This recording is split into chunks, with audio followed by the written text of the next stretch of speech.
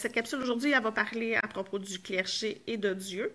Dans le fond, comme je disais dans les précédentes capsules, il y a un seul Dieu qui a créé le monde en 8 jours et qui s'adresse tous les 8 ans, 8 jours de fil au peuple. Donc, tout le monde est au courant qu'il existe puis qu'il est présent.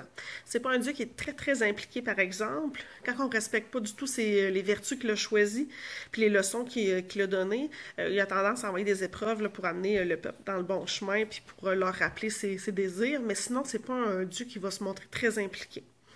Il y a quand même un clergé là, qui a découlé de ça, le clergé indépendant du système seigneurial. Ce qui veut dire, c'est qu'il, dans le fond, il se dirige par lui-même, il n'est pas sous le règne d'un roi, mais c'est sûr qu'il participe puis il coopère avec tous les rois. Le clergé est un clergé là, vraiment répandu sur tous les continents égal. Puis lui, il n'est pas en son intérieur, il est pas dirigé là, par une seule personne. C'est 8 conseillers représentant chacun une vertu qui sont rechoisis tous les 8 ans. C'est sûr que si vous faites un membre du clergé, vous allez avoir plus d'informations là-dessus. Mais juste pour vous dire, le processus un peu de sélection puis la façon dont ça se passe à l'intérieur, quand on décide de rentrer dans le clergé ou si on est approché par un membre comme quoi qu'on a ce qu'il faut pour devenir un membre du clergé, on se rend dans une sorte d'école à laquelle on va être testé à savoir si vraiment on a ce qu'il faut pour respecter toutes les vertus, parce qu'un membre du clergé va prôner toutes les vertus, non pas juste une principalement, comme le peuple va faire en général. Donc, il faut avoir vraiment beaucoup d'introspection, d'ouverture d'esprit, d'humilité pour réussir à prôner toutes les vertus. Puis, le clergé est divisé en plusieurs factions, avec les forces dans le fond, les forces de chaque personne divisées un peu là-dedans.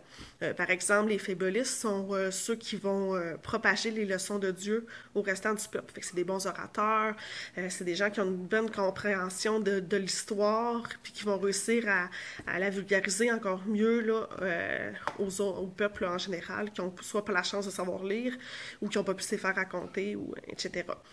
Donc, un coup, on a passé ce test-là, ça va nous envoyer dans une école qui va pouvoir vraiment nous faire suivre un cheminement pour qu'on soit des membres de clergé actifs, puis qui coopèrent là, au bien-être, puis au respect des voies de Dieu.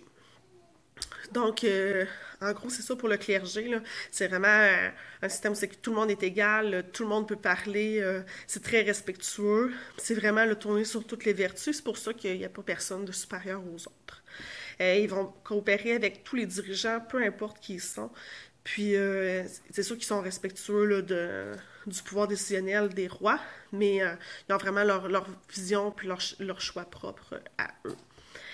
Quand vous allez créer votre personnage, vous allez avoir la chance, en fond, de choisir une vertu, puis peut-être même des vices là, en contrepartie pour, en fond, rendre votre personnage plus profond.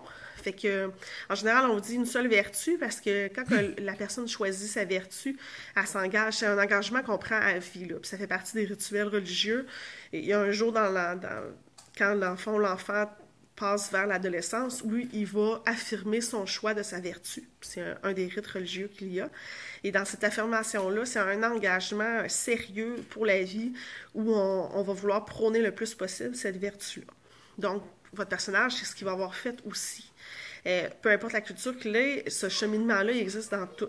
C'est juste que la façon dont la cérémonie ou le rite se passe peut différer des cultures. Donc, c'est pour ça que la vertu que vous prenez est très importante. Puis d'en prendre 2, ça demanderait de respecter, mettons, 2 vertus ou 3 ou peu importe. Fait que ça rend la tâche vraiment plus difficile. Fait qu'il faut que vous le gardiez en tête là, quand vous créez votre personnage. Puis même chose pour les vices, on peut avoir des penchants, puis c'est tout à fait normal. Fait que c'est peut-être quelque chose que votre personnage veut absolument faire attention ou qu'il n'en est pas du tout conscient.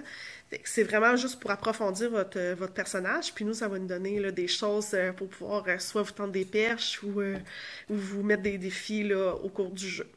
J'espère que ça vous a aidé un peu, puis on se revoit pour une autre capsule.